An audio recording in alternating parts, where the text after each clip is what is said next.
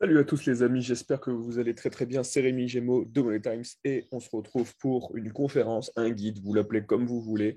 Mais en tout cas, c'est ce que les managers Sorare doivent savoir en 2022, et je dirais même pour tout le temps, mais globalement en 2022. En l'état, le jeu, il est comme ça, donc je vais vous présenter le jeu à l'instant T.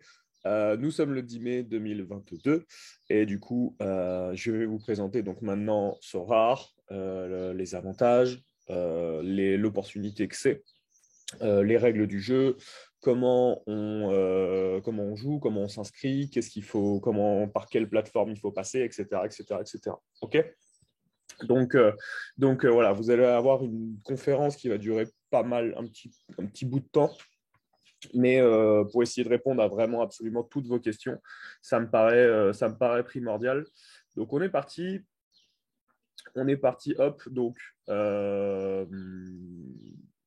voilà, bienvenue les investisseurs. J'espère que ça va vous donner de la valeur et que ça va essayer de répondre au maximum de vos questions. Donc voilà, moi c'est Rémi Gémeaux. Donc, pour ceux qui connaissent déjà la chaîne, vous pouvez squeezer entre guillemets déjà ce passage. Mais pour ceux qui me connaissent pas, je suis investisseur depuis 2014. Je suis passionné de sport, de tous les sports, et je forme des particuliers qui ont un certain capital, qui souhaitent investir et qui souhaitent diversifier leur investissement. Donc voilà, moi je les accompagne personnellement dans cette démarche-là. J'ai pu écrire 2 livres qui s'appelle donc Comment obtenir votre futur complément de salaire en parier sur le tennis, votre futur complément de salaire, et parier sur le cyclisme, votre futur complément de salaire. Donc ça s'appelle pareil, mais la série s'appelle Comment obtenir votre futur complément de salaire. Peut-être un signe qu'il y en aura d'autres livres, je ne sais pas. Je vous laisse en commentaire me donner de la force si vous voulez que j'écris un nouveau bouquin. Voilà, j'ai accompagné plus d'une centaine d'investisseurs maintenant depuis plus de 3 ans, depuis que la société Money Times est montée, est créée. Donc voilà, donc tout ça est bien sûr sous statut entreprise, légal, etc., hein, bien sûr. On fait pas ça comme ça. Donc voilà, il y a des frais, il y a l'État, tout ça. Donc voilà, c'est pas juste un vulgaire compte Instagram, un vulgaire compte Snapchat qui donnerait des tutos, des conseils, etc. Non, non. Là, moi, quand je m'investis dans une aventure pour diversifier mon investissement et faire en sorte de ne pas avoir les mêmes œufs dans le même panier, très clairement, disons que je ne fais pas les choses semblant. Voilà. Donc la présentation de Sorare. On va rester sur la présentation de Sorare. Présentation de Sorare, donc c'est une plateforme, un jeu qui vous permet donc d'acheter des cartes qui représentent des joueurs. Et en ayant des cartes, elles ont des performances que vous avez tous les 4 jours. Pourquoi tous les 4 jours? Parce que tous les 4 jours, il y a ce qu'on appelle une Game Week. Une Game Week, c'est tout simplement la possibilité d'aligner une équipe. Et par l'intermédiaire du scoring de cette équipe, vous pouvez avoir un scoring. Et de ce scoring-là, vous avez une récompense potentielle. En fonction du scoring que vous avez une récompense plus ou moins haute, plus ou moins importante. Donc la récompense, c'est une carte. Ça peut être aussi de l'Ethereum. On va y revenir. Qu'est-ce que c'est l'Ethereum, etc. Mais voilà, c'est une carte qui a une valeur marchande sur le marché et que vous pouvez soit revendre directement ou soit revendre plus tard. En attendant, si c'est peut-être plus intéressant d'attendre pour la revendre, ou alors que vous pouvez utiliser dans votre stratégie ou aligner dans d'autres équipes. Voilà un petit peu l'idée. Donc, c'est un jeu, on dit un jeu, mais entre guillemets, oui, c'est un jeu, c'est un alliage de jeu et en même temps de source d'investissement, très clairement. Parce que dès qu'on a compris un peu le processus du jeu, on comprend vite que ça peut être une vraie source d'investissement. Donc, comme indiqué, il y a 2 Games Week, entre guillemets, par semaine, mais comprenez que tous les 4 jours, en fait, il y a une Game Week. Une Game Week qui est intitulée, par exemple, Game Week 200. Là, actuellement, on est dans la Game Week 268 et dans la journée, on va basculer sur la Game Week 269. Pourquoi je dis dans la journée? Parce que tous les mardis à midi, on passe à une Game Week et je ne vais pas me tromper, et tous les vendredis midi, on passe à une Game Week. Donc, ça veut dire que tous les mardis et tous les vendredis midi, on bascule sur une autre Game Week. Donc, ça veut dire que normalement, celle du mardi au vendredi, on l'appelle ça la midweek, et celle du vendredi au mardi, on appelle ça la game week. Maintenant, pour faire les choses simples, si vous préférez, on va rester sur les termes génériques que utilise Sorare, mais sachez qu'à terme, si vous commencez à vous renseigner un petit peu et à aller à droite à gauche au niveau des informations, tout simplement qu'il y a le terme midweek qui va ressortir assez rapidement quand on parle de la game week en milieu de semaine. Voilà. Celle où généralement il y a les Coupes d'Europe, quand la saison et quand on est en pleine saison, il y a généralement la Ligue des Champions, la Ligue Europa et l'European Conference League. Voilà. Et puis les matchs de vendredi ou de jeudi soir aussi. Donc voilà un petit peu l'idée à ce niveau-là. Donc c'est un jeu auquel vous pouvez collectionner des cartes. Il y a des gens qui sont collectionneurs de cartes. J'ai vu là récemment un Anglais qui avait fait un stack de Liverpool. Donc un stack de Liverpool, c'est tout simplement vous achetez des joueurs d'une même équipe. Vous pouvez faire des stacks. Je vous expliquerai comment on peut faire pour optimiser ces stacks et est-ce que c'est intéressant ou non. Tout simplement, donc Sorare a aujourd'hui la capacité de vous offrir plusieurs possibilités de rentrée d'argent par ce qu'on appelle donc le SO5. D'accord, le SO5, donc c'est tout simplement jouer au jeu, hein, entre guillemets. C'est vous alignez des équipes, donc vous achetez des joueurs, vous alignez une ou des équipes. Et en alignant des équipes, vous avez potentiellement des rewards, donc des récompenses, et qui ont une valeur marchande. Et donc, soit vous les vendez, soit vous les utilisez, et qui entraînent d'autres récompenses. Et c'est un peu quelque chose de... en gros, généralement, plus vous avez un scoring haut, plus vous avez une récompense haute. Plus vous avez une récompense haute, plus vous avez de la flexibilité. Et donc, vous pouvez peut-être soit aller acheter un joueur qui vous intéresse vraiment dans votre stratégie et donc augmenter votre niveau d'équipe et donc régulièrement passer des étapes dans les paliers de récompense, parce que vous allez voir, il y a des paliers de récompense. Alors non, ne vous précipitez pas, ce n'est pas un système pyramidal, ce n'est pas un système de Ponzi. Vous inquiétez pas, on aura le temps de jouer. Quand je vais vous expliquer le jeu en profondeur, vous allez voir, c'est pas du tout ça, du tout, du tout, du tout. Donc voilà. Voilà un petit peu une présentation relativement brève, mais avant d'arriver sur Sorare, on fait quoi? On fait quoi avant d'acheter? Simplement, quand vous arrivez sur la plateforme, vous allez donc vous allez vous inscrire. Et quand vous allez vous inscrire, en fait, ils vont vous demander un club favori, des clubs favoris, je crois.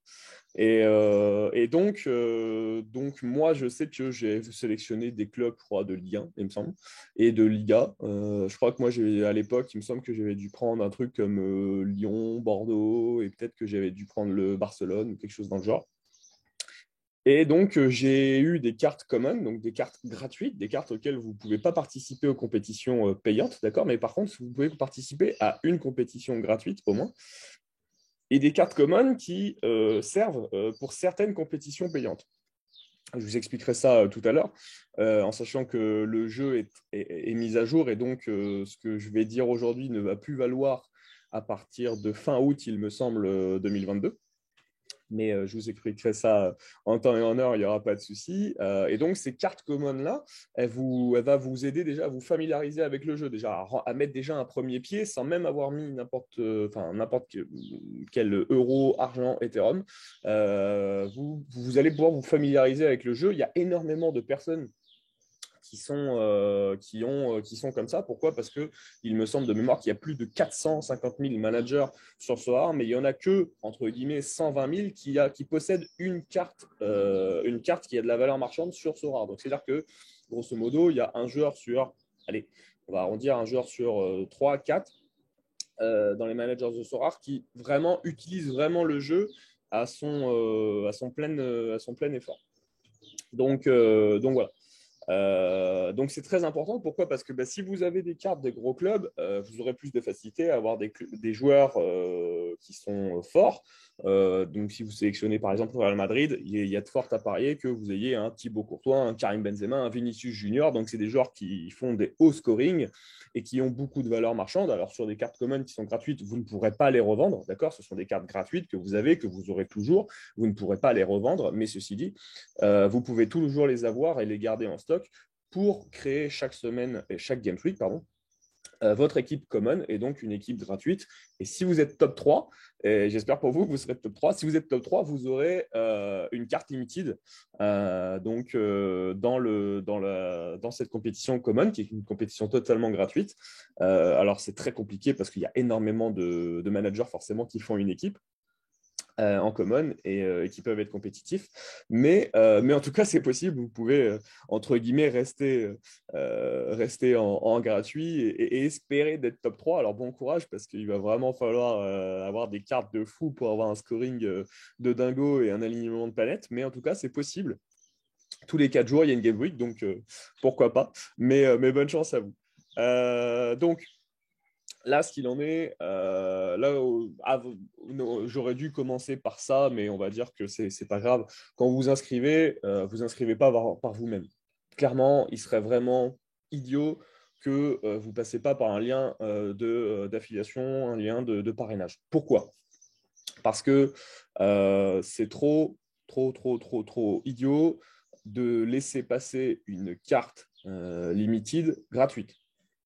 Alors, si vous voulez, je vous laisse le temps d'ouvrir votre appareil photo de votre téléphone et cliquer sur le QR code. C'est tout simplement mon lien de parrainage. Si vous voulez vous inscrire et que vous êtes intéressé, je vous le laisse à l'écran. Ne vous inquiétez pas. De toute façon, vous aurez en description mon lien où vous avez toute mon actualité par rapport à Sorare. Donc, vous inquiétez pas là-dessus. Vous pourrez le retrouver. Et puis, si jamais vous voulez me donner de la force, voilà. Si jamais vous voulez passer par un autre manager Sorare qui lui aussi vous propose un lien de parrainage, écoutez, allez-y, il n'y a pas de souci là-dessus. Moi, j'ai toujours été clair là-dessus. Voilà, chacun fait comme bon lui semble. Donc voilà, mais vraiment passer par un lien de parrainage, ça ne vous affilie pas au parrain, d'accord? Il n'y a aucun risque à ce niveau-là. Vous ne devez rien à votre parrain. Juste, une fois que vous avez acheté 5 joueurs aux enchères, donc 5 joueurs aux enchères, vous avez une carte limited gratuite. Donc, c'est quand même vachement bien, sachant que, c'est une information assez importante que je donne là, c'est une carte limited gratuite qui est moyennant votre valeur moyenne des cartes que vous achetez. Exemple, si vous achetez 5 joueurs aux enchères d'une valeur de 100 euros de moyenne, vous devriez normalement avoir une carte limited gratuite qui devrait tourner autour de 100 euros. Pour vous, mais aussi également pour votre parrain. Alors, à la rigueur, votre parrain, voilà, on s'en moque. À la rigueur, lui, voilà. Mais c'est surtout pour vous, en fait, à la base, cette carte limited-là, voilà. Moi, j'avoue qu'effectivement, oui, c'est intéressant pour moi, forcément. Mais en soi, ce que je veux vous dire, c'est que ça ne change pas grand-chose. Pour moi, c'est surtout pour vous qu'il faut passer par un lien de parrainage. Parce que si vous passez juste de votre côté sans lien de parrainage, bah, du coup, voilà, donc vous inquiétez pas. Vous allez sur le lien de parrainage, vous allez arriver sur la page d'accueil de Sora. On va vous demander de vous inscrire de suivre la marche à suivre. Donc, vous créez un compte comme sur n'importe quel site, vous mettez votre mail, un mot de passe, et puis ensuite, bah, du coup, vous allez sélectionner les clubs, etc. Voilà. Donc, mais vraiment passer par un lien de parrainage parce que ce serait vraiment trop idiot de ne pas passer par un lien. Je sais qu'il y a certains managers qui n'ont pas eu l'occasion de passer par un lien de parrainage, etc. Et aujourd'hui, bah, c'est con parce que ils auraient pu avoir davantage de flexibilité. Et même si c'est en soi, même si c'est une carte qui ne vous intéresse pas spécialement, bah, au pire, vous la revendez. Ça vous fait de la flexibilité. Vous pourrez acheter un joueur qui vous intéresse davantage. Voilà, après que le joueur il vous intéresse ou non, forcément, si vous intéresse, oui, c'est vachement mieux. Mais s'il vous intéresse moins et que vous devez le revendre pour avoir de la flexibilité, j'ai envie de dire, revendez-le. Et comme ça, c'est cool aussi. Donc, tout le monde est gagnant là-dessus. Pourquoi rentrer maintenant sur Sorare? Alors ça, c'est hyper important. Vraiment, pourquoi rentrer maintenant sur Sorare? Comme je l'ai dit, on est le 10 mai 2022. On est sur la fin de saison européenne. On est sur les débuts de saison en América, donc tout ce qui est championnat américain et sud-américain. Très clairement, pour moi, si vous voulez constituer une équipe pour l'Europe, il faut mettre de l'argent maintenant. Il faut mettre de l'argent maintenant sur Sorare parce que le temps que vous mettiez, le temps que vous constituez une stratégie, que vous vous familiarisez avec le jeu, que vous compreniez les attentes, que vous fixez des objectifs, que vous mettez en avant des résultats et de voir un petit peu comment vous ressentez le jeu, etc.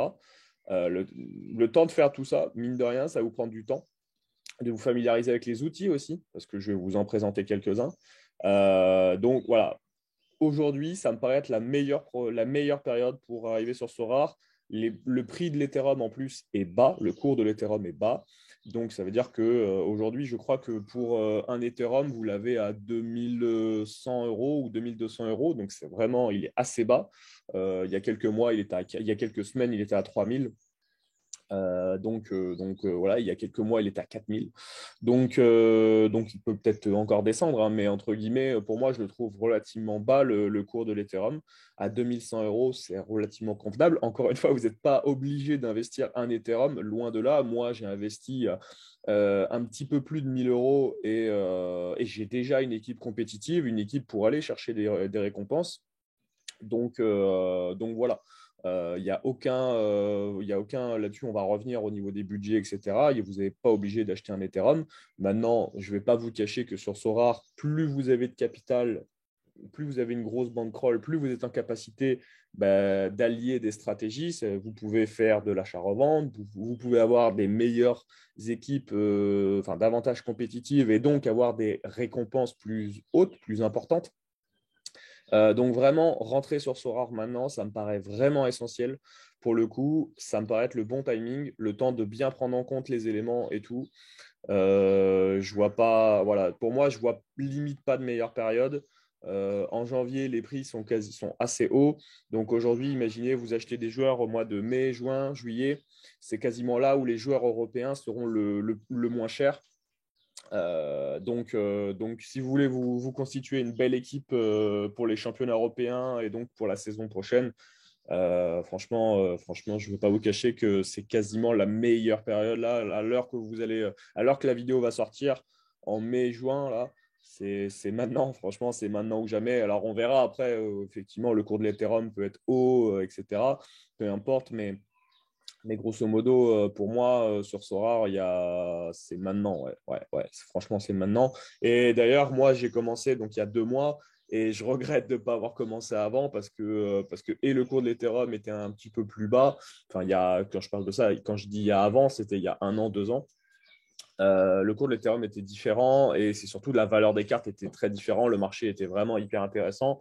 Il l'est encore aujourd'hui, vous inquiétez pas, il l'est énormément. C'est très, très, très. Vous pouvez faire de l'argent sur Sora avec plein de manières, plein des façons. On ne va pas pouvoir faire tout dans ce guide-là, dans cette conférence-là, mais au fil du temps, vous allez voir, je vais vous expliquer un petit peu dans du contenu vidéo comment, tout simplement, est-ce qu'il y a une bonne ou une mauvaise stratégie et c'est quoi un peu la stratégie à adopter, etc., etc. Donc oui, vous avez entendu, j'ai dit Ethereum. Donc, va y avoir un achat d'Ethereum à faire. Alors, qu'est-ce que c'est de l'Ethereum? Alors, l'Ethereum, c'est une crypto-monnaie. C'est la deuxième crypto-monnaie la plus chère dans le monde, derrière le Bitcoin, que je pense que vous connaissez tous. Donc, le Bitcoin qui est aujourd'hui évalué à peu près 35-40 000 euros le Bitcoin, lorsque l'Ethereum, lui, coûte, comme je l'ai dit tout à l'heure, entre 2100 et 2200 euros. Donc, on est sur des valeurs, voilà. Mais l'Ethereum, ce qui est bien, c'est que, entre guillemets, c'est pas Jean-Louis dans son garage qui a créé sa crypto-monnaie. Et voilà. Non, là, c'est vraiment une crypto-monnaie qui est là depuis longtemps, depuis des années, qui est safe, voilà, et qui est la deuxième plus grosse crypto-monnaie au monde. Donc c'est totalement OK là-dessus. Vous avez plusieurs plateformes sur lesquelles acheter. Je pense à Binance, que moi j'utilise personnellement et que je vous recommande, qui est une plateforme sécurisée. Et il y a aussi Coinbase, sur lequel vous pouvez acheter de la crypto-monnaie. Maintenant, moi, personnellement, vous allez voir assez rapidement sur Sorare, quand vous allez vouloir déposer de l'argent sur le jeu, on va vous proposer aussi de passer par carte bancaire. Personnellement, c'est quelque chose que je ne recommande pas. Pourquoi? Parce qu'il y a des risques qu'en passant par votre carte, votre carte bleue, à un moment donné, déconne parce qu'en fait, si vous préférez, ça va stocker une transaction à un moment donné ça va stocker une transaction que votre banque va devoir accepter. Et de faire les bascules comme ça, uniquement avec votre carte bancaire et uniquement déposer comme ça, personnellement, je ne conseille pas. D'accord?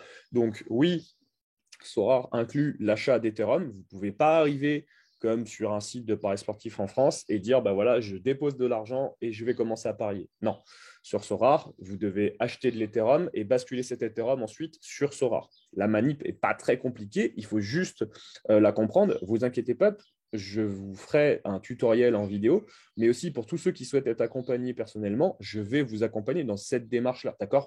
Je vais prendre le temps avec vous pour vous accompagner. Vous n'êtes pas seul. D'accord? Ne vous inquiétez pas là-dessus. Disons que moi, je l'ai fait tout seul et j'ai pas mal galéré. Mais maintenant, vu que je l'ai fait, je peux vous montrer comment ça se passe. Je sais faire. Il n'y a pas de souci là-dessus. Donc voilà, acheter de l'Ethereum, c'est vraiment pas compliqué. Alors d'ailleurs, j'écris Ethereum, vous m'excuserez. Il manque un E entre le R et le U, peu importe. Mais voilà. Vraiment, c'est simple, c'est assez rapide en plus pour acheter de l'Ethereum, c'est pas très compliqué et c'est comme un cours quoi. Voilà, vous êtes le cours de l'Ethereum, l'Ethereum, pardon, la crypto a un cours comme n'importe quelle action sur un marché et donc vous posez, vous dites ben voilà, je voudrais déposer. Je vais vous dire n'importe quoi, 500 euros qui représente un nombre X d'Ethereum. OK, 500 euros, ça va vous donner 0,2, 0,3 d'Ether. Et voilà. Et voilà, tout simplement. Donc, et après, avec cet Ether-là, il va falloir le transférer sur votre compte Sorare. On ne va pas expliquer ça aujourd'hui, mais voilà. Tout ça pour vous dire que donc, il est important aussi de prendre en compte le cours. Ce qui est important, ce n'est pas le cours, l'évolution du cours, entre guillemets, avant votre cash out, il n'est pas important. Alors pour ceux qui n'ont pas là, j'ai parlé de cash out, je vais essayer d'être limpide. Ce qui est important, c'est quand vous achetez de l'Ethereum, à noter quand est-ce que vous l'avez acheté, à quel prix, en euros, quel prix aussi en dollars US, d'accord? Si vous pouvez noter l'information, c'est toujours bon parce qu'il y a beaucoup des marchés sont plutôt crypto-monnaie et USD, donc dollars US, plutôt qu'avec l'euro. Donc peut-être plus noter davantage l'euro et le dollar US, vous faites les deux, c'est le plus simple. Donc ça compte. Et l'argent ensuite, quand vous allez cash out, donc quand vous allez retirer cet Ethereum-là de Sorare et que vous allez le redéposer sur votre compte Binance, par exemple, là, ça va être important de prendre en compte le cours.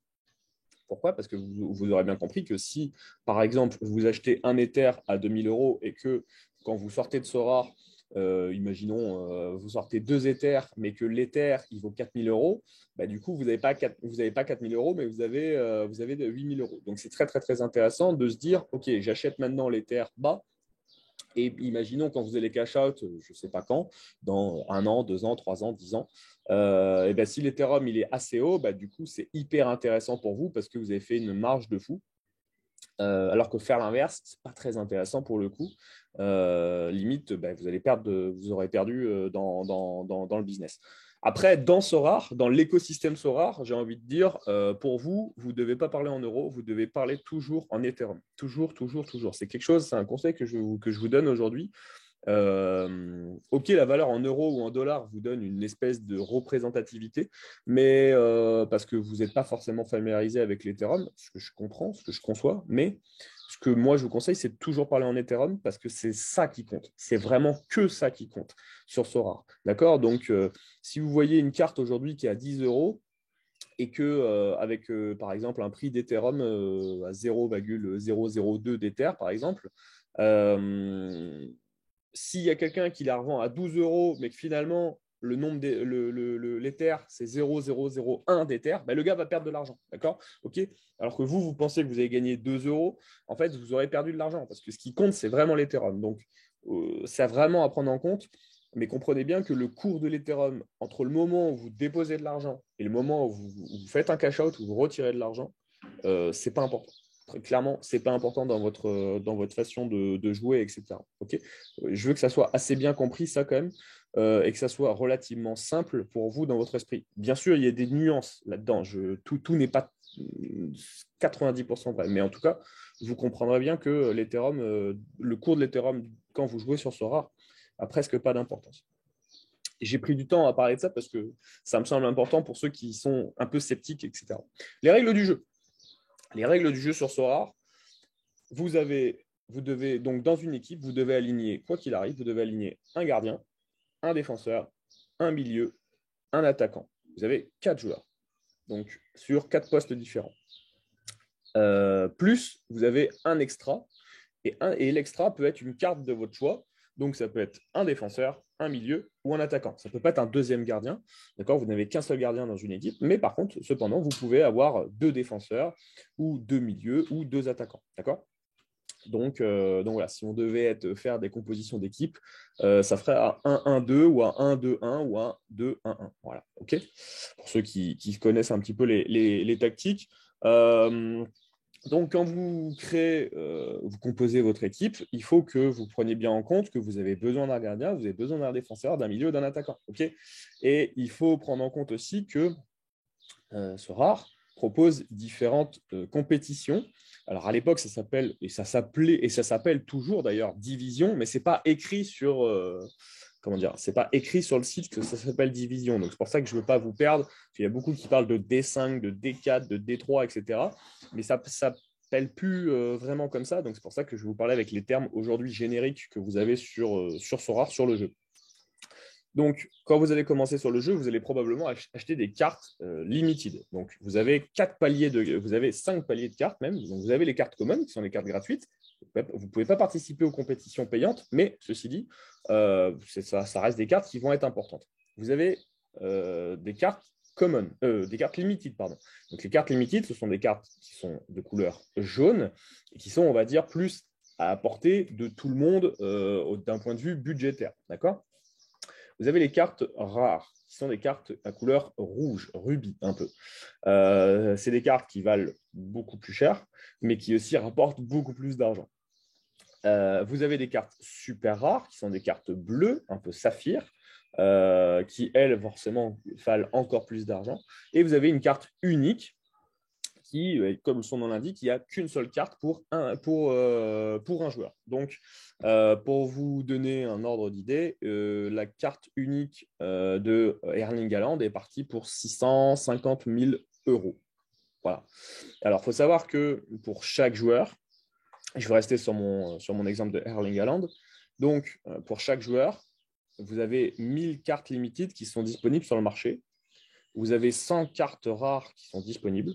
10 cartes super rares et une carte unique. Voilà. 1000 limited, 100 rares, 10 super rares et une unique. D'accord ? Donc, forcément, vous aurez compris que plus il y a de la rareté et plus c'est cher. C'est logique. C'est comme sur le marché de n'importe quelle pierre précieuse, par exemple. Forcément, plus la pierre précieuse est rare et plus le prix est élevé. Là, c'est exactement pareil.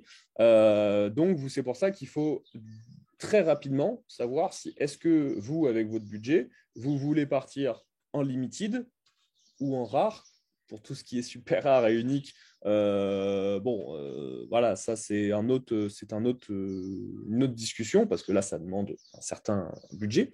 Mais pour ceux qui écoutent la vidéo, je pense que vous ne l'avez pas, ou alors j'espère pour vous que vous l'avez. Et que franchement, allez sur Sora parce que vous allez vraiment vous amuser, vous allez vraiment kiffer. Donc voilà. Donc vous avez 4 paliers de cartes payantes et vous en avez un 5e avec les cartes communes. D'accord ? Moi, je vous préconise au début de soit vous vous dites, OK, je pars directement sur les rares, mais dans ce cas-là, il faut avoir le budget pour cela, un petit budget, en tout cas, il faut avoir un budget assez certain. Je pense que si vous voulez partir sur les rares et viser ce qu'on appelle les paliers, donc les paliers, c'est par exemple, vous faites 200 points, vous avez de l'Ethereum. D'accord ? Vous allez gagner de l'Ethereum. Aujourd'hui, c'est comme ça. Au mois d'août, ça ne sera plus des Ethereum que vous allez gagner, mais ça va être de l'euro. Voilà. Ce qui, pour moi, est un peu moins intéressant dans le sens où cet euro-là va être rebasculé en Ethereum, mais du coup, je trouve que c'est moins intéressant parce que ça va beaucoup dépendre du cours de l'Ethereum. Ce que je trouve un petit peu dommageable là-dessus. Donc, c'est pour ça que moi, je serais vous, je ferais. Alors, soit vous visez les paliers. Donc, les paliers, c'est assez intéressant quand même, parce que mine de rien, donc je crois que le premier palier, si vous avez un score total de 200 euros, de 200 points, vous avez quelque chose autour de 40, 50 euros. Et je crois que si vous avez le deuxième palier, donc qui est un score au-dessus de 250 points, vous avez, je crois, comme quelque chose comme 70, 75 euros. Donc après, ils rebasculent, eux, en fonction du cours de l'Ethereum, mais voilà, c'est quelque chose comme ça. Donc aujourd'hui, les paliers, c'est c'est assez intéressant à l'heure où on se parle, parce que déjà, d'une, ça donne de l'Ethereum, et de deux, vous pouvez utiliser donc 4 cartes rares en participant à une compétition rare, et donc vous pouvez mettre un gardien ou une carte, mais généralement les gens mettent des gardiens en carte common. Pourquoi? Parce que déjà, les gardiens, il y a très peu de gardiens sur le marché.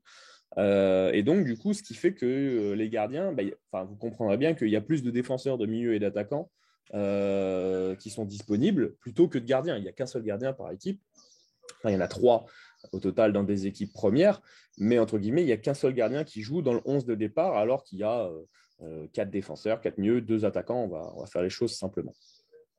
Donc c'est quand même assez intéressant à savoir quand même, mine de rien, que vous, aujourd'hui, à l'heure où on se parle, vous avez encore la possibilité de vous dire, moi, je vais essayer de viser les paliers pour, quoi qu'il arrive, même si je n'ai pas forcément de récompense, j'aurai quand même de l'Ethereum en faisant 200 ou 250, au moins 200 points, et puis après, voire plus si affinité. Entre guillemets. Et donc, en visant ça, vous avez une rentrée d'argent quasiment tous les 4 jours qui pour moi, je trouve, est assez intéressante. Mais il faut un budget conséquent pour ça, parce qu'il faut quand même aligner une équipe relativement compétitive pour faire 200 et 250 points. Si vous ne pouvez pas vous permettre, vous vous allez en limited.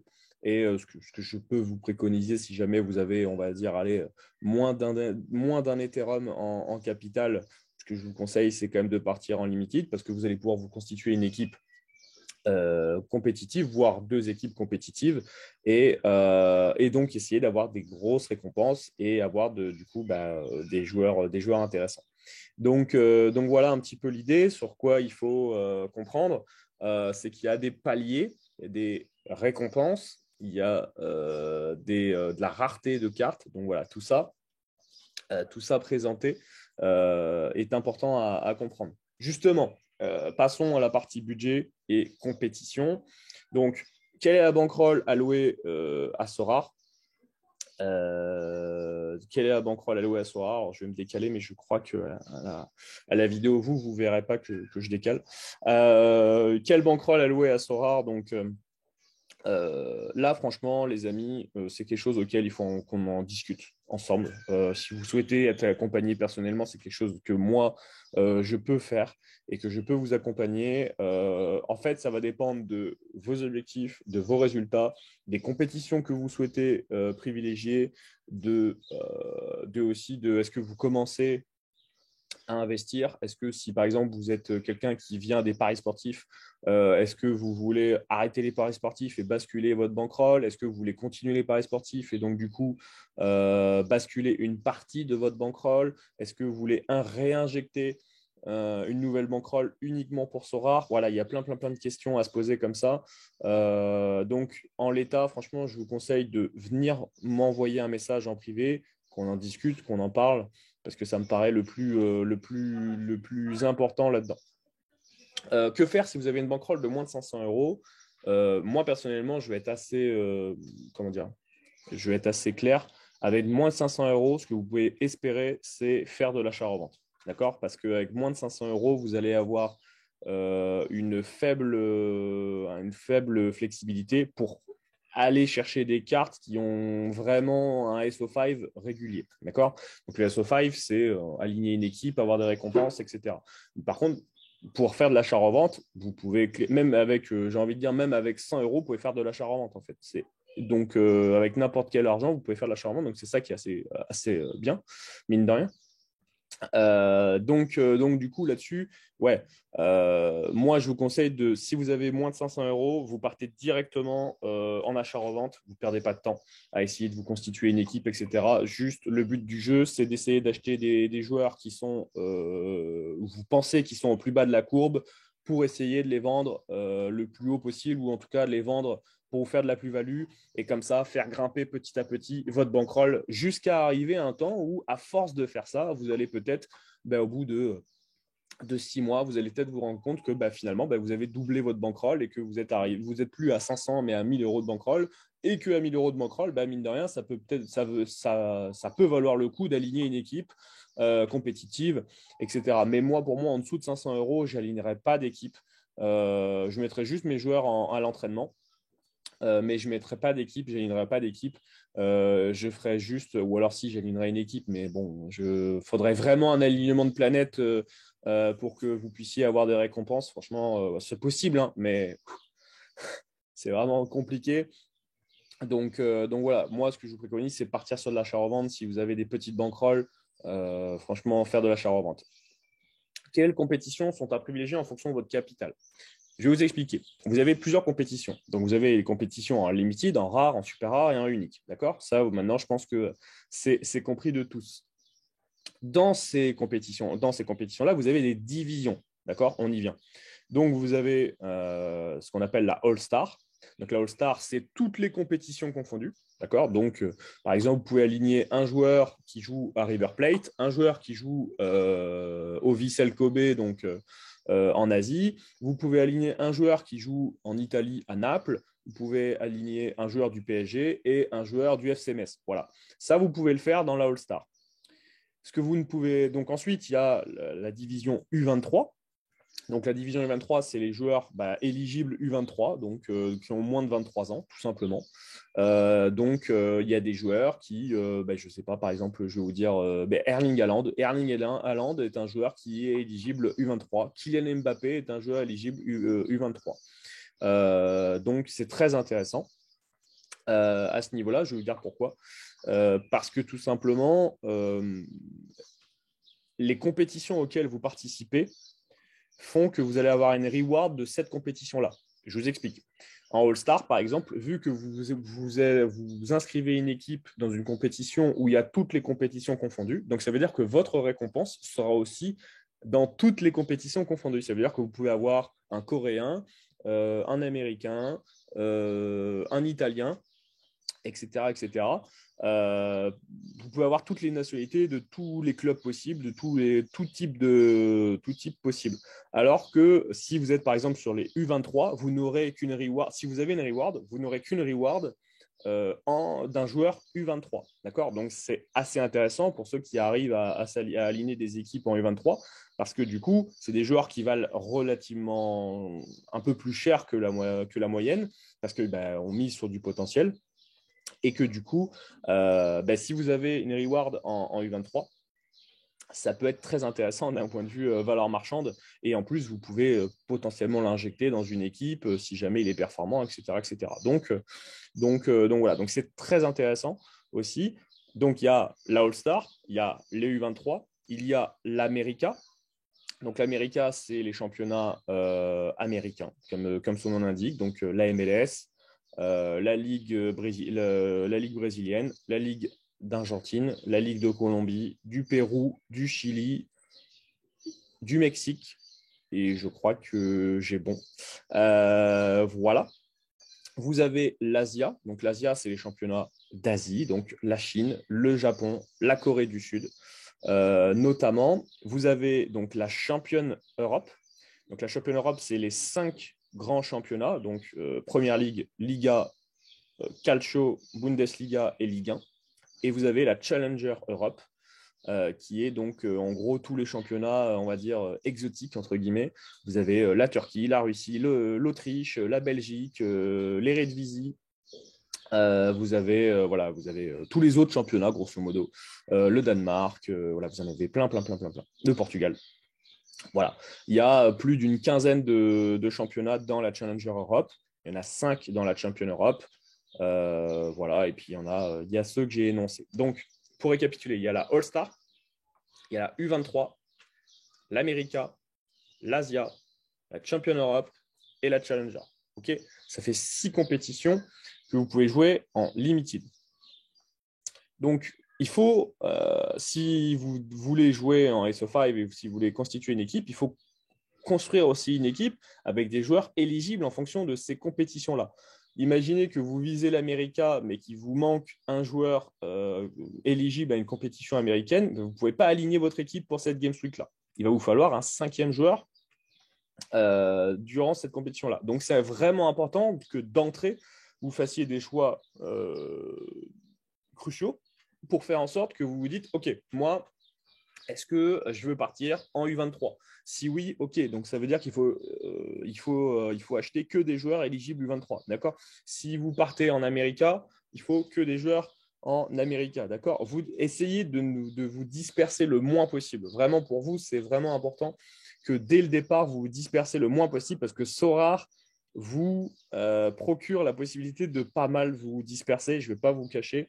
Quand vous commencez, vous avez l'adrénaline, vous êtes motivé, vous avez envie de commencer, de faire plein de choses, mais c'est là où on peut faire des erreurs qui, par la suite, sont difficilement… on peut avoir du mal à les récupérer. Donc, ce que je vous conseille, c'est qu'effectivement, vous privilégiez une compétition au début, quand vous avez un petit budget, vous privilégiez une compétition et vous vous dites, je vais aligner une équipe compétitive dans cette compétition-là, et voilà. Donc, comme je vais le répéter, hein, mais si par exemple vous alignez une équipe en América, si vous gagnez une reward, donc une récompense, reward, essayez d'assimiler les termes, parce que c'est des termes que vous allez avoir quand vous allez vous renseigner assez fréquemment. Donc, la reward que vous allez avoir, c'est une reward America. D'accord? Donc, important à prendre en compte. Si vous êtes en Asie, vous aurez une reward Asie, etc., etc., etc. Voilà. Donc après, ce qu'il faut savoir, c'est quels sont vos objectifs, c'est quoi les résultats que vous souhaitez avoir.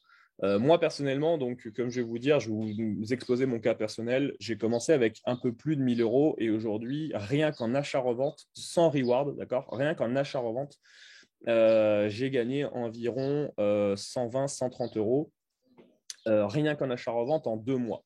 Ce qui est à peu près 10% de retour sur investissement en 2 mois, ce que je trouve assez fou. Je ne vais pas vous cacher, c'est assez dingue parce que j'ai pas mis énormément de bankroll sur Sorare et donc j'ai pas fait forcément énormément de volume. Et pour autant, j'ai juste ciblé des joueurs que moi j'ai pu utiliser pour aligner des équipes et qui en même temps avaient une capacité de revente et de plus-value derrière. Et du coup, c'est ce que j'ai pu faire. Voilà, alors on peut toujours mieux optimiser. Et je pense que j'aurais pu un petit peu plus gagner et gratter peut-être davantage. Mais sur le coup, je me suis dit que j'en avais besoin et que je devais garder les joueurs, etc. Ou alors que je devais les vendre à tel moment pour avoir de la flexibilité assez rapidement pour justement acheter d'autres joueurs afin d'être compétitif. Ça, encore une fois, c'est un peu un jeu de chaise musicale où si vous vendez d'un côté, il faut que vous ayez un espèce d'achat un peu déjà prévu en vous disant voilà, j'ai besoin d'avoir une certaine flexibilité à ce niveau-là. Donc encore une fois, ça va dépendre vraiment de vous, de ce que vous avez envie, de ce que vous voulez, mais aussi de ce qui vous fait kiffer, parce que la notion de kiff dans Sora est quand même assez présente. Vous avez beaucoup d'adrénaline, vous avez aussi beaucoup voilà, vous avez du kiff, tout simplement. Vous pouvez vibrer durant les Games Week. Si vous voulez regarder les matchs, vous pouvez.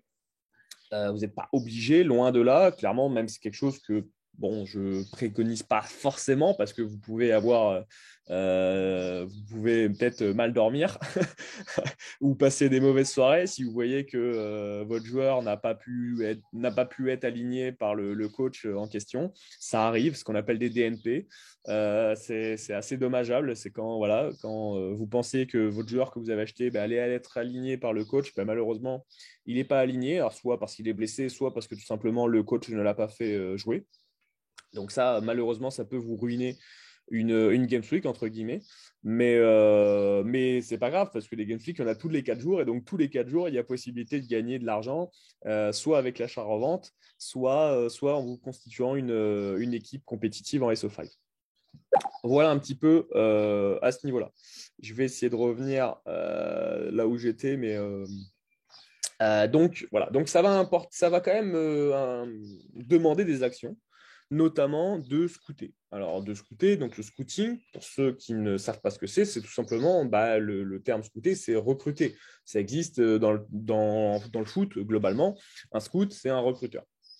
Donc, c'est quoi le scouting? C'est tout simplement la capacité à pouvoir aller analyser des joueurs et à analyser leurs notes, voir si est-ce que c'est intéressant sur du court terme, moyen terme, long terme, etc. J'ai mis un site là, qui s'appelle Scouter avec Sorar Data. Oui, il va falloir que vous utilisez Sorar Data. C'est une Bible, c'est la Bible Sorar Data. C'est l'outil qu'il faut utiliser au quotidien quand vous êtes sur Sorar. C'est nécessaire de passer par Sorar Data. C'est une mine d'or parce qu'il vous donne énormément d'éléments, pas tous, mais pour jouer à Sora, il vous donne énormément d'éléments comme le club auquel il joue, le poste auquel il joue, les notes qu'il a pu faire sur les 5 derniers matchs, sur les 15 derniers matchs, sur les 40 derniers matchs, en fonction des équipes avec qui il a pu jouer aussi. Vous pouvez connaître les notes quand il est titulaire, quand il a été remplaçant. Vous pouvez connaître son scoring, donc ça veut dire un petit peu voilà, comment sont notés les joueurs. Alors, je ne vais pas aller dans cette profondeur-là dans cette vidéo parce que c'est un peu plus technique et ça mérite d'être focus dans une vidéo un peu plus courte et vraiment dédiée à ce sujet. Mais voilà, tout simplement pour vous dire, par exemple, un titre d'exemple, un défenseur, il perd 10 points quand il prend un carton jaune. Voilà, par exemple. Donc, vous avez un scoring qui va de 0 à 100. Et en fonction de si vous êtes décisif ou non dans le match, si vous faites beaucoup de passes, si vous récupérez des ballons, etc., vous aurez un scoring plus élevé. Voilà. Mais donc, Sorar Data va vous aider énormément dans cette entreprise-là. Vraiment, Sorar Data, je ne peux que recommander. Tout le monde le recommande, mais c'est normal parce que c'est un outil de dingue. Et voilà. Donc, aujourd'hui, franchement, il y a 7 trucs à connaître durant vos scootings, ce qui me semble assez important. Donc, c'est les éléments contractuels. Pourquoi? Parce que imaginez, fin d'année, là, il y a l'exemple de Kylian Mbappé, on ne sait toujours pas s'il va rester au PSG ou non.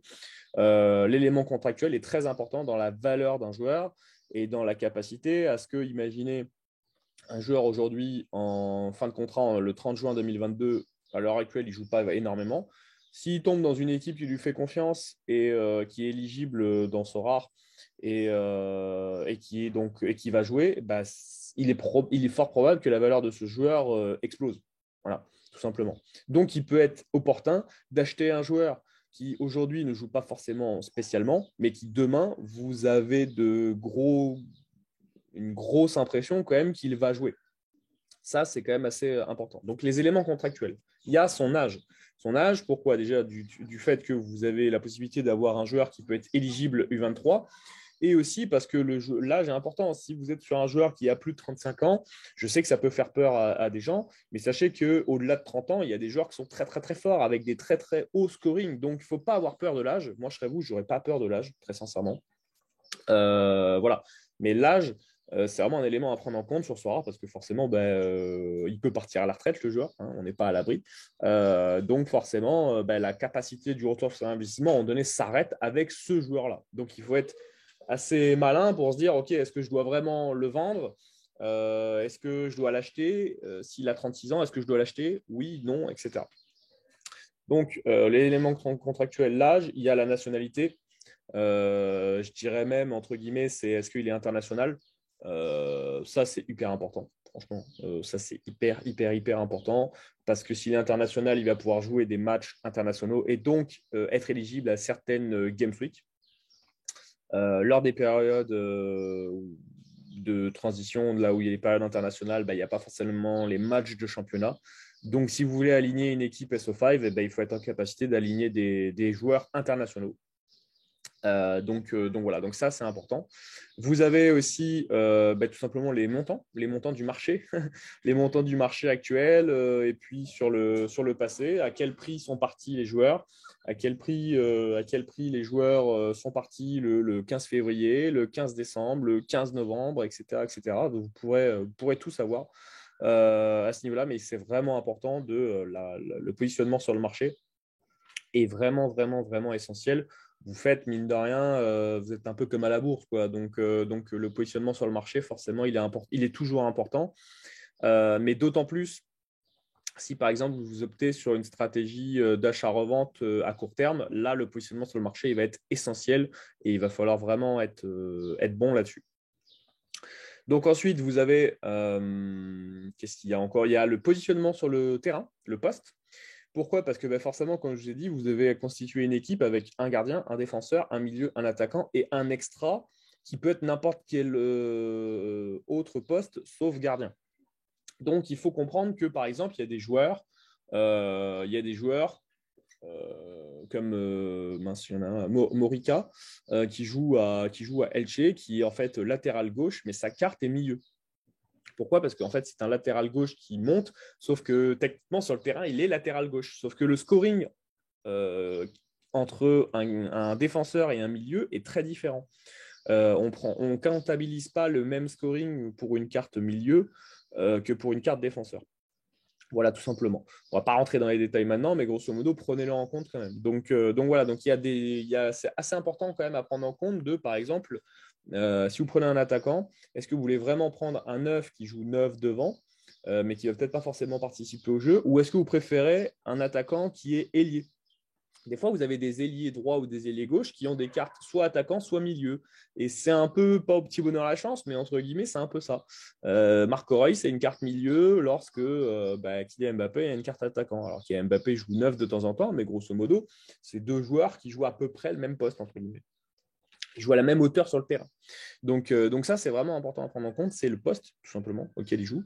Et puis après, après, il y a les notes. Hein. Après, il y a les notes. Il y a les notes. Il y a aussi la compétition auquel il est éligible. Chose qui va être important pour vous, c'est le mercato. Parce que si vous arrivez en mois de mai, juin, juillet, là, vous arrivez en pleine période de mercato.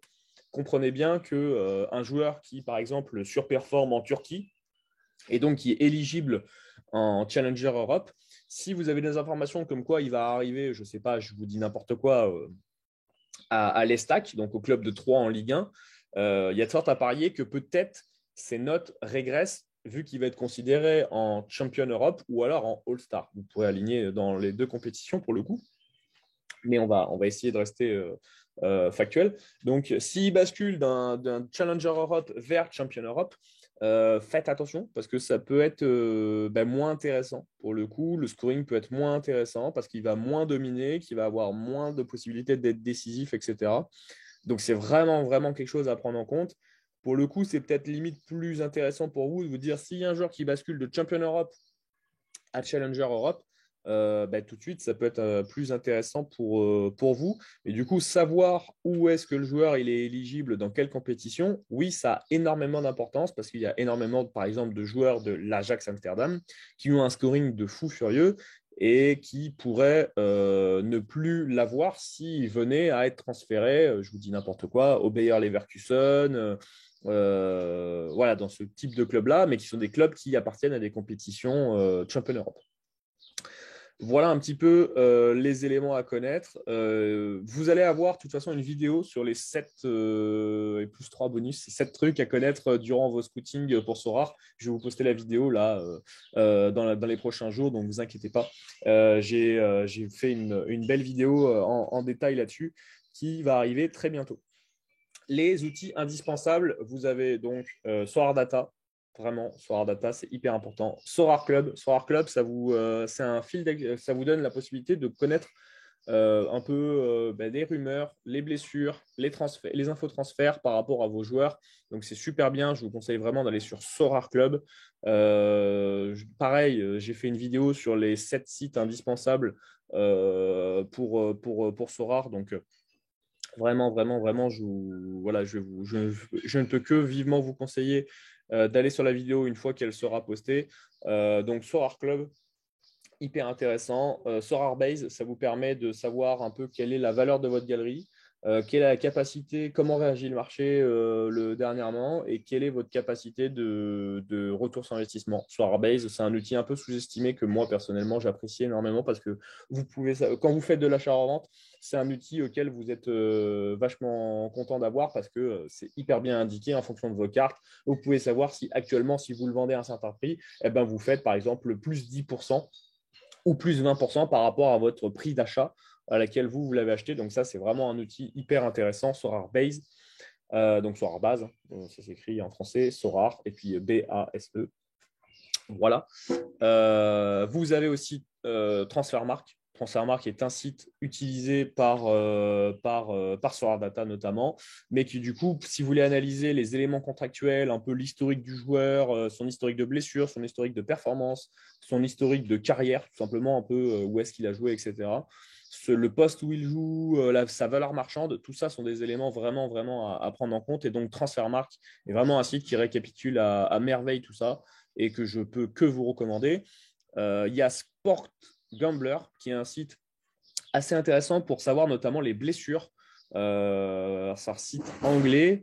Comme son nom l'indique, c'est plutôt lié par rapport du pari sportif, etc. Mais c'est un site que vous pouvez utiliser aussi pour savoir vraiment si le joueur, votre joueur, il est absent ou non. Donc ça, c'est plutôt bien à ce niveau-là. Puis en plus, ça vous permet d'avoir un peu une idée sur les cotes aussi. Donc savoir si quelle équipe est favori ou outsider pendant un match. C'est aussi quelque chose à prendre en compte. Par exemple, si vous faites un PSG 3, vous pouvez imaginer que les joueurs du PSG vont normalement dominer ce match-là et avoir un beau scoring contre 3, alors que s'ils avaient joué contre Marseille, par exemple, peut-être que le match aurait été plus serré, et donc forcément, moins de capacité peut-être d'avoir un haut scoring. Voilà, ça, c'est aussi important quand vous faites votre stratégie sur Sorare, de vous dire de regarder le calendrier. Et donc, Sport Gambler peut vous aider à ça. Il y a plein d'autres sites aussi, hein, Flash Résultats, SofaScore, voilà. Ça, c'est trouver des calendriers, c'est pas très compliqué en soi, mais voilà, c'est quand même important à connaître. Moi, j'utilise Sport Gambler pas mal, surtout au niveau des blessures. Voilà. Parce que vous pouvez assez rapidement avoir les informations d'un club en particulier. Vous pouvez retrouver facilement et rapidement l'information. Donc, c'est quelque chose que moi, j'utilise quotidiennement. Voilà, qu'est-ce qu'il y a d'autre Qu'est-ce qu'il y a d'autre déjà, quand vous aurez ça, c'est pas mal. Après, forcément, Twitter. Allez checker toujours le Twitter du club auquel appartient votre joueur ou le Twitter du joueur parce que vous pouvez avoir des informations. Il peut donner une photo en le voyant où il est blessé, il se fait opérer ou je sais pas, n'importe quoi, une information qui fait qu'il est titulaire. Voilà. Aussi, ça peut être intéressant aussi à ce niveau-là. Twitter, c'est vraiment un élément aujourd'hui qui est quand même assez essentiel. Et puis en plus, vous avez un gros écosystème Sorare sur Twitter, donc je ne peux que vous conseiller d'aller sur Twitter et regarder tout ça. Vous allez voir sur YouTube et sur Twitter, mais notamment sur YouTube, vous allez voir, il y a beaucoup de créateurs de contenu Sorare qui vont vous proposer des scootings et qui vont vous mettre en avant des joueurs qui peuvent être intéressants à acheter, etc., ou qui ont un potentiel de revente et tout. Moi, j'ai une solution face au scouting à ça. Pourquoi je dis une solution?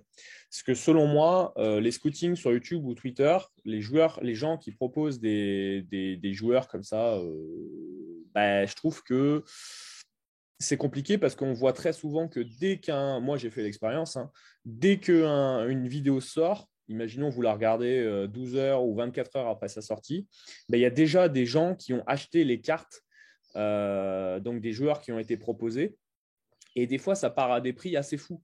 C'est-à-dire que des fois, on a des augmentations de prix, on voit un truc soudain, on a un bump soudain, on a une courbe, on a des gens qui ont acheté soudainement la carte. Et donc, du coup, ça fait acheter des cartes, des fois, à des prix absolument pas intelligents, j'ai envie de dire. Donc, du coup, moi, je suis pas, comment dire, je trouve que c'est intéressant le scouting de proposer des joueurs comme ça, dans le sens où effectivement, ça peut être bien à noter ces joueurs-là, à se dire, OK, à noter quelque part, à se dire, OK, ça peut être intéressant dans ma stratégie.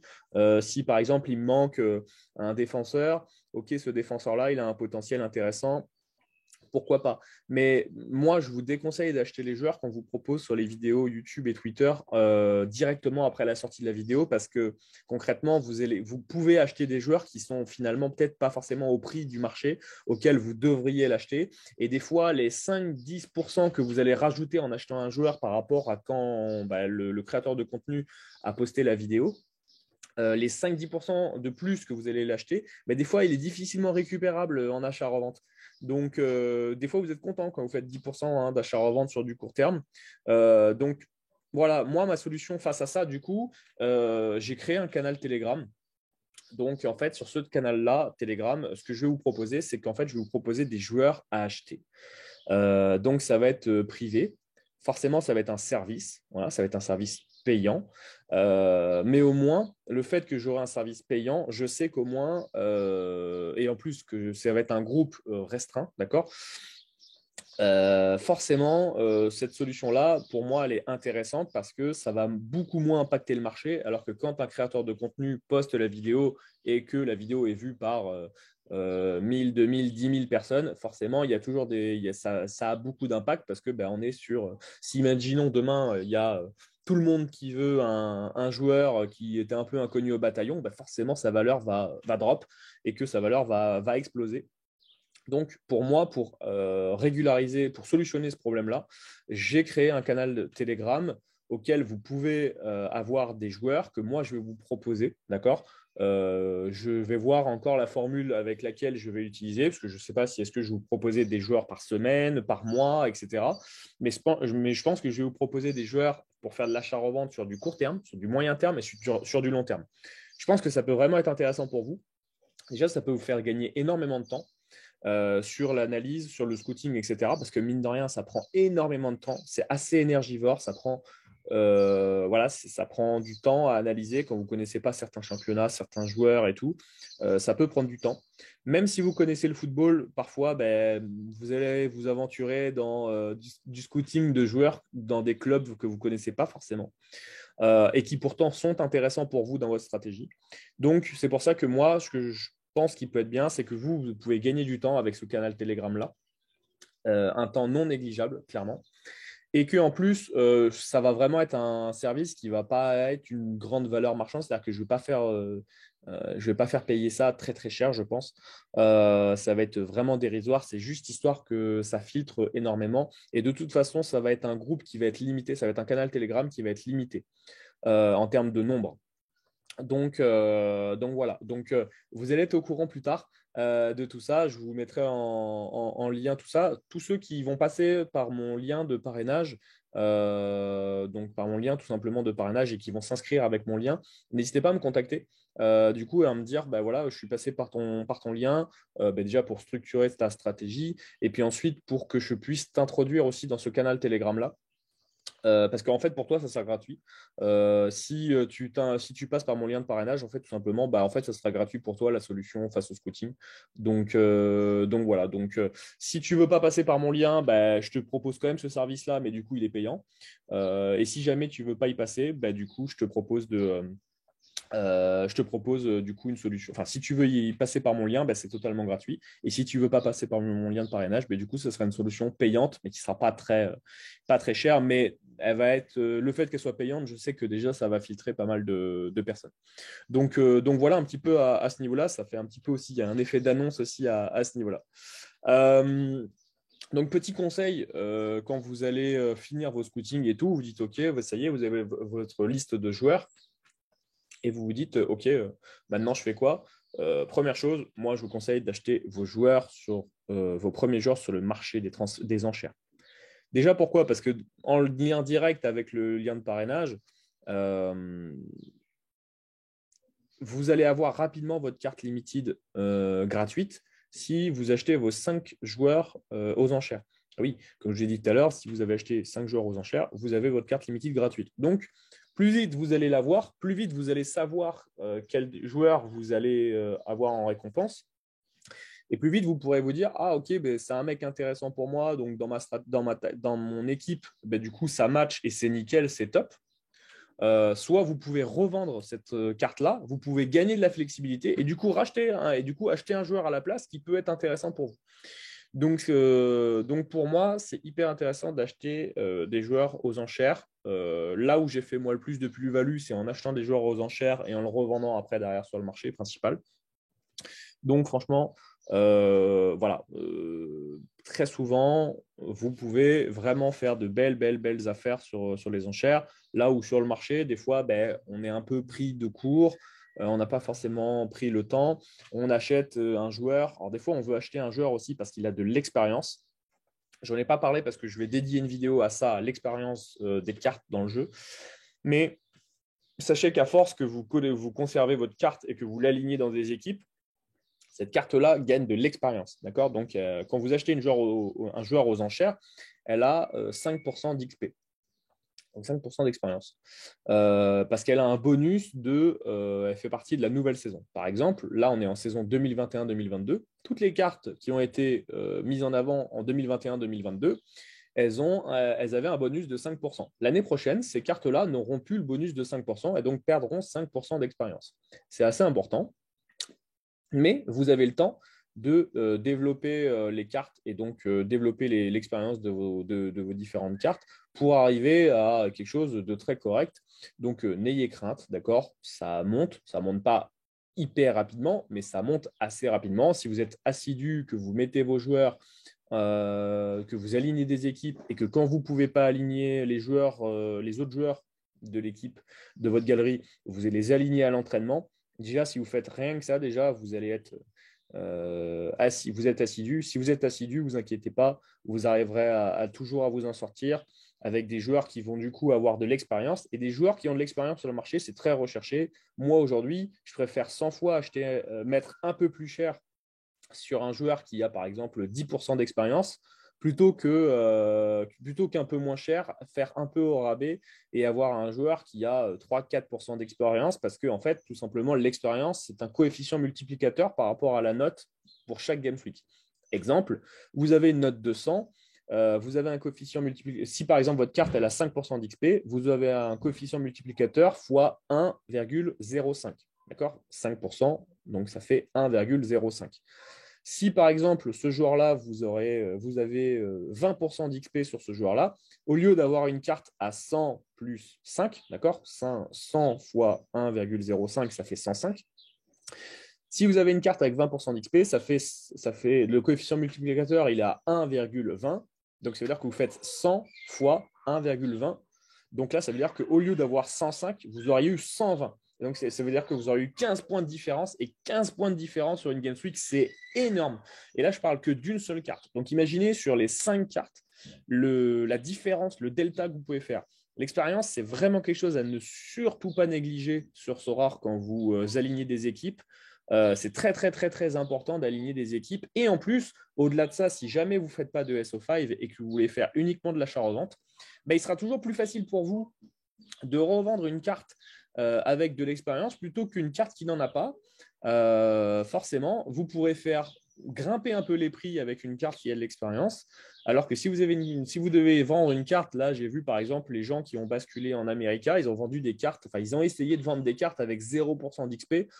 Franchement, voilà, ça, c'est pas très intéressant parce qu'il n'y a plus de coefficient multiplicateur du coup. Donc, toujours prenez bien en compte ça. Achetez les joueurs si vous pouvez le plus maximum aux enchères, du moins quand vous commencez, d'accord. Et une fois que vous avez acheté vos joueurs là, toujours les aligner soit dans votre équipe, aligner vos joueurs. Et si vous ne pouvez pas les aligner dans une équipe, vous les mettez en training, vous les mettez à l'entraînement, d'accord. Ils vont gagner de l'XP et en mettant à l'entraînement, le fait qu'ils jouent, etc., vont faire que vous allez leur donner de l'XP et ils vont donner ensuite, ils auront un meilleur coefficient multiplicateur. C'est très, très, très important dans votre scoring et même dans votre capacité à faire de l'achat-revente derrière. D'accord. Donc, ne négligez surtout pas cet élément-là. On va pas tarder maintenant à terminer cette conférence. Plusieurs questions et plusieurs avis assez brefs. Est-ce qu'il faut privilégier la qualité ou la quantité? Personnellement, si vous avez un budget d'environ 1000 euros, je privilégierais la qualité. D'accord. J'essaierai d'aligner une équipe SO5 compétitive. J'en essaierai d'en aligner qu'une seule. Je peux aligner d'autres équipes plus tard, parce qu'on n'a pas parlé de la division Specialite et Underdog, d'accord? Specialized et Underdog, on n'a pas parlé de ça, parce que ce sont des compétitions à part, mais qui sont très intéressantes aussi. C'est juste qu'à un moment donné, il faut faire le filtre dans les informations pour pas que ce soit une vidéo trop longue aussi. Donc, du coup, moi, ce que je privilégie, si vous avez un capital de moins de 1000 euros, je vous privilégie de faire davantage de qualité. Ça sera plus important pour vous et plus intéressant.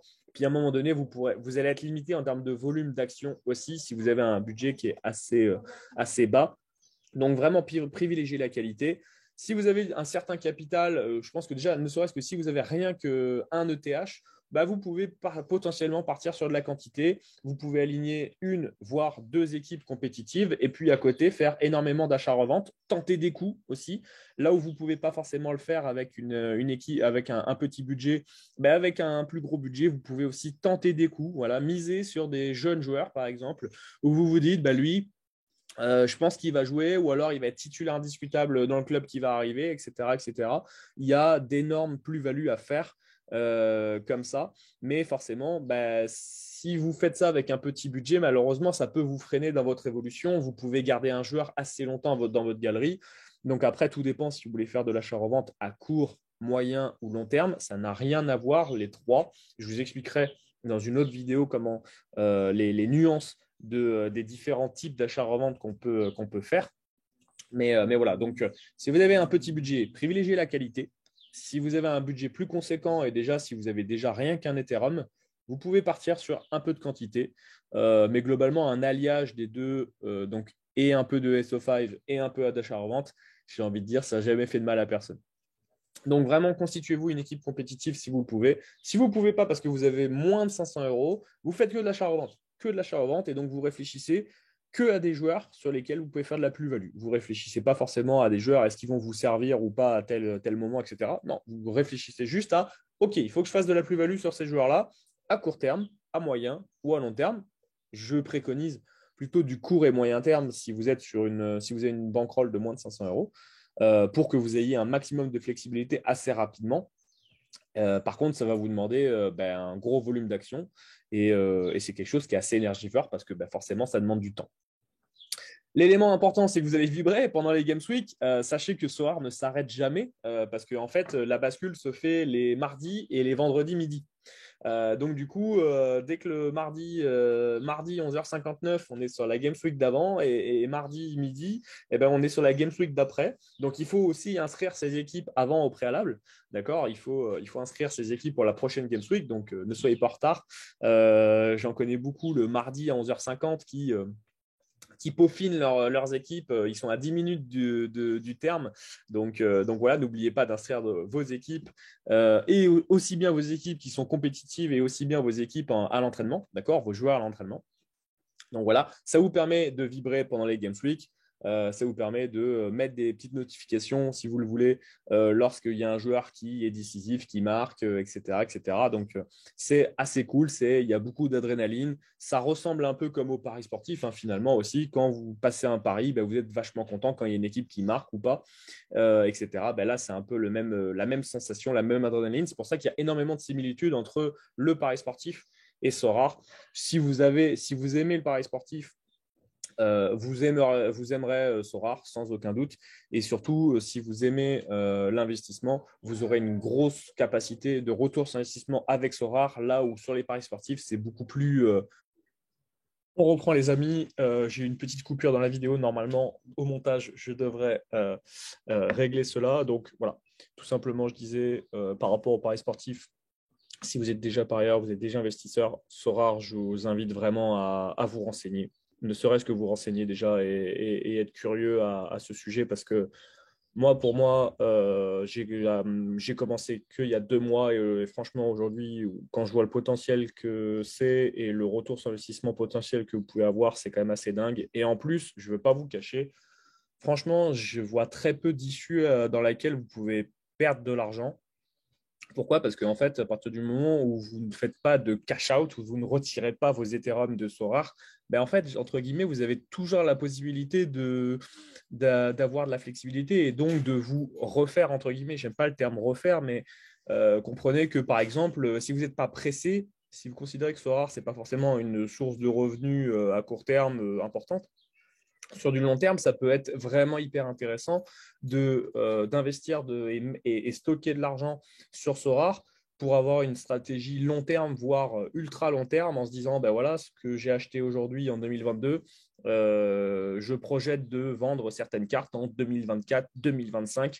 Ça peut être aussi hyper intéressant aussi à ce niveau-là de se dire, voilà, je veux juste stocker de l'argent, je veux y passer le moins de temps possible, mais juste mettre de l'argent sur quelques joueurs et voilà. Et franchement, Voilà, tout est possible. Il y a plein de stratégies. Et pour moi, la plupart sont vraiment gagnantes. En fait, pour moi, il n'y a que deux seules façons de perdre de l'argent, entre guillemets. C'est en tiltant, c'est-à-dire en craquant, en pétant un câble, en vendant les joueurs moins chers que vous les avez achetés, ou alors si vraiment vous achetez les joueurs au plus haut, que vous faites beaucoup d'erreurs, etc. Mais normalement, c'est pas censé se passer. Si vous êtes un minimum consciencieux et sérieux dans votre manière d'opérer sur Sorare, je vois pas comment vous pouvez faire ça et arriver à ça. Si vous faites pas d'erreur, normalement, techniquement, vous pouvez pas perdre d'argent. Donc, entre guillemets, vous pouvez que en gagner. Et après, soyez intelligent, comme je disais en milieu de vidéo, quand je vous parlais du cours de l'Ethereum, essayez de retirer de faire un cash-out quand le cours de l'Ethereum est plus haut que lorsque vous avez déposé votre argent sur votre Ethereum sur Sorare. Voilà, c'est les deux seuls facteurs qui peuvent faire que si, par exemple, vous avez déposé de l'argent et vous avez acheté un Ether à 2 500 € et que l'Ether il chute complètement à 500 euros, là forcément faire un cash out sur Sorare et réinjecter l'Ethereum à partir de ce moment-là, c'est pas très intéressant. Mais sinon très sincèrement, je vois pas trop comment on peut perdre de l'argent entre guillemets parce que tous les 4 jours, vous avez quand même une possibilité d'avoir une récompense et d'avoir de la flexibilité. Donc c'est vraiment hyper intéressant. Ensuite, je voulais mettre un mot à la communauté et plus globalement à l'écosystème Sorare. Alors, il y a Sorare, mais il y a aussi un écosystème qui est dingue autour de Sorare. Il y a énormément de créateurs de contenu sur YouTube, mais aussi sur Twitter. Il y a énormément de personnes qui relaient des informations aussi bien sur les blessés, les suspensions, qui font des tableaux avec des analyses statistiques, qui vont pousser vraiment à l'optimisation et tout. Franchement, je peux que vous inciter encore une fois, à être curieux, à vous renseigner, parce que pour le coup, l'écosystème est assez dingue. Le jeu est en plein développement. Sorare a levé énormément de fonds dernièrement, et donc projette. Aujourd'hui, on est sur le football, mais demain, il est fort probable que soit Sorare, soit une autre plateforme que Sorare développe la même plateforme, mais pour le basket, le tennis, le rugby, le cyclisme, etc., pour d'autres marchés. Je pense que Sorare n'est que l'avènement de quelque chose qui, dans 10 ans, ça va être dans les mœurs. Les paris sportifs, il y a 10 ans, ça valait pas grand-chose dans le marché. Aujourd'hui, ça a une place prépondérante. Les bookmakers ont pris le pouvoir. Vous les voyez partout, à la radio, à la télé. Enfin, c'est tout le temps. Vous voyez les spots pubs. Ils sont sur les maillots, ils sont sur les LED autour des terrains. Donc, les paris ont pris le pouvoir. Et je pense qu'aujourd'hui, une entreprise comme Sorare, en plus qui est une entreprise française, je pense dans 10 ans va exploser et va devenir importante. Donc, je ne veux pas vous mentir, prenez le train maintenant parce que je pense qu'il y en a qui vont le prendre à votre place. Et si vous avez raté votre coup avec le Bitcoin, ratez pas Sorare parce que pour le coup, je pense que ça peut vraiment être intéressant. Et en plus, il y a une notion de kiff qui est assez cool. Au-delà de juste faire de l'achat-revente sur, par exemple, du Bitcoin ou de l'Ethereum, comme vous pouvez le faire avec n'importe quelle crypto-monnaie, où la sensation de kiff, entre guillemets, hormis l'appât du gain, est un peu limité. Là, pour le coup, vous avez énormément d'adrénaline à suivre vos joueurs, à suivre votre équipe, à vraiment constituer une équipe et puis à essayer d'être exigeant. Voilà, tout simplement. Et puis à viser des récompenses. Et puis, il y a un aspect un peu aussi super parce que vous avez une récompense. Vous avez comme une espèce de pack opening que vous pouvez faire. Ceux qui sont des amateurs de FIFA, vous savez de quoi je parle. Voilà, vous allez avoir un pack tous les mardis et tous les vendredis. Vous aurez un pack que vous pourrez ouvrir et puis vous ne saurez pas qu'est-ce qu'il y a à l'intérieur. Donc c'est plutôt cool à ce niveau-là. Donc vraiment, et puis la commune est saine. La communauté est saine là, à défaut du pari sportif où les joueurs, des fois les parieurs peuvent insulter. Voilà combien de fois les joueurs de tennis pro sont insultés malheureusement dans les messages privés de parieurs. C'est désolant, vraiment, c'est vraiment désolant. Donc, pour le coup, la communauté est vraiment saine sur Sorare. On sait que la plupart, on est tous là pour plus ou moins faire de l'argent, hein. On est là pour tirer notre épingle du jeu. Mais ce qui est bien, c'est qu'on peut le faire de tellement des manières et en plus, on peut tellement s'entraider aussi dans cette aventure-là et dans ce truc-là que du coup, tout le monde est relativement bienveillant. Vous pouvez essayer de négocier vos cartes avec les joueurs parce qu'en fait, vous allez voir quand vous allez constituer votre compte, Sorare, on va vous demander d'intégrer votre Twitter et votre Discord. C'est plutôt intéressant de le mettre. Pourquoi? Parce que si vous voulez que les managers Sorare puissent vous contacter et négocier des cartes que potentiellement eux, ils sont intéressés, ben, c'est intéressant. Et vous de même, pareil, si vous voulez négocier avec des managers Sorare parce qu'ils ont des cartes que vous, dont vous avez un intérêt, eh ben, c'est cool. Au-delà de juste proposer une enchère ou proposer une offre à un manager, vous pouvez communiquer directement avec lui. Bon, veillez à peut-être mettre en anglais au début parce qu'il y a pas mal de managers en anglais ou anglophones en tout cas. Donc veillez peut-être à lui envoyer un petit message en anglais et français pour voir si est-ce qu'il est français ou anglais, peu importe. Mais en anglais, généralement, au moins vous serez compris. Donc voilà. Mais c'est vraiment ouais, la commu est saine et pour le coup, franchement, c'est hyper cool. On essaye tous de s'entraider et de vous proposer le meilleur contenu possible. Donc voilà. Après, quelques mots sur un peu ce que je pense de l'avenir de Sora et le potentiel. Alors, sachez que la Première Ligue est couverte, mais les équipes et les joueurs de Première Ligue ne sont pas achetables en limited. Ils sont achetables uniquement en cartes rares, d'accord. Les cartes limited pour le moment en Première Ligue ne sont pas disponibles. Donc ça, c'est le gros du boulot de Sorare. On ne sait toujours pas quand la Première Ligue va sortir. On pense qu'elle devrait sortir pour la saison à venir. Il y a des rumeurs qui disent que ça pourrait être septembre, octobre, novembre, dans ces environs-là. Pour le moment, on va faire 100, j'ai envie de dire. Pour le moment, c'est le seul, entre guillemets, maillon de la chaîne qui manque sur Sora. À partir du moment où il y aura la première ligue, ça va devenir un truc complètement fou. Très sincèrement, ça va être complètement dingue. On va pouvoir acheter des Kevin De Bruyne, des Phil Foden, etc. Ça va être assez fou. On va pouvoir se constituer des superbes équipes. Donc, franchement, l'avenir de Sora, il peut être que florissant. Il est stabilisé par rapport à un Ethereum qui est OK variable, mais qui est quand même la deuxième plus grosse crypto-monnaie dans le monde. Donc, ça a du vécu, ça a de la valeur. Et aujourd'hui, très sincèrement, je vois pas comment Sora peut se casser la gueule du fait de l'esprit qu'il y a, l'écosystème qu'il y a autour de Sora, l'avènement de tout ça et le fait que bah, c'est en plein boom, ils tiennent leur projet, ils le mettent à jour, ils font régulièrement ils essayent vraiment de prendre en considération aussi les besoins des utilisateurs. Très souvent, ils posent des questions aux managers, ils posent des questions pour essayer d'améliorer l'expérience du jeu, etc. Donc ça, c'est vraiment cool aussi à ce niveau-là, c'est que bah, on a vraiment un suivi aussi et que le jeu se développe sans arrêt. Donc ça, c'est vraiment sympa. Donc du coup, bah, faut veiller aussi à être informé à ce niveau-là. Et puis le potentiel de retour sur investissement, je peux que terminer là-dessus, je peux que conclure là-dessus parce que je vous ai dit, en 2 mois, j'ai fait plus de 10% et j'ai rien qu'en achat-revente. Et je parle même pas, je vous ai même pas parlé de reward, je vous ai même pas parlé à côté. Donc, non, franchement, le truc est dingue.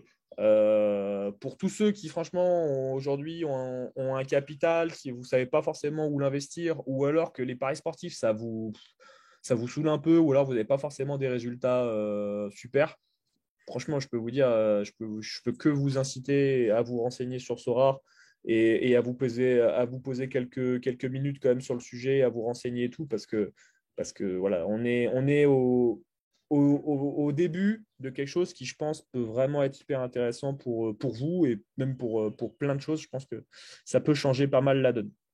Donc voilà les amis, je vous remercie vraiment d'avoir suivi cette conférence, d'avoir suivi ce guide.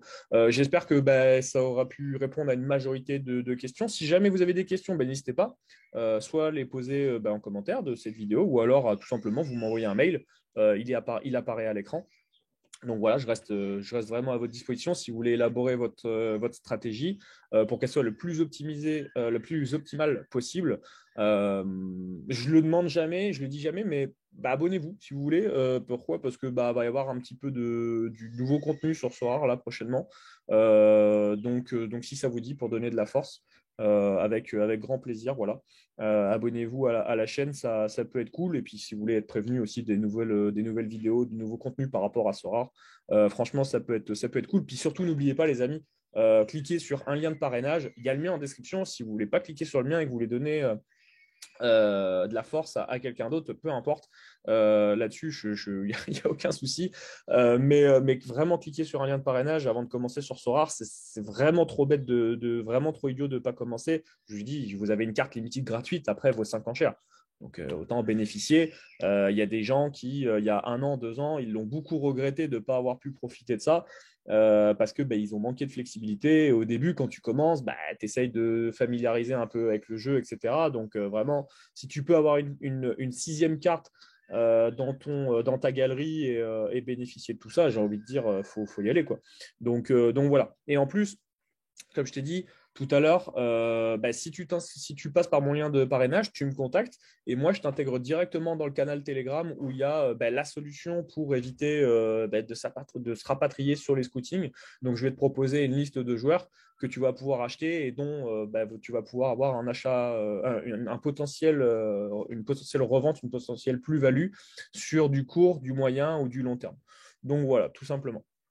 N'hésite pas à lâcher ton petit like. Et puis, j'espère que cette vidéo te convient. Abonne-toi. Merci à toi d'avoir suivi ce guide. À la prochaine. Ciao, ciao.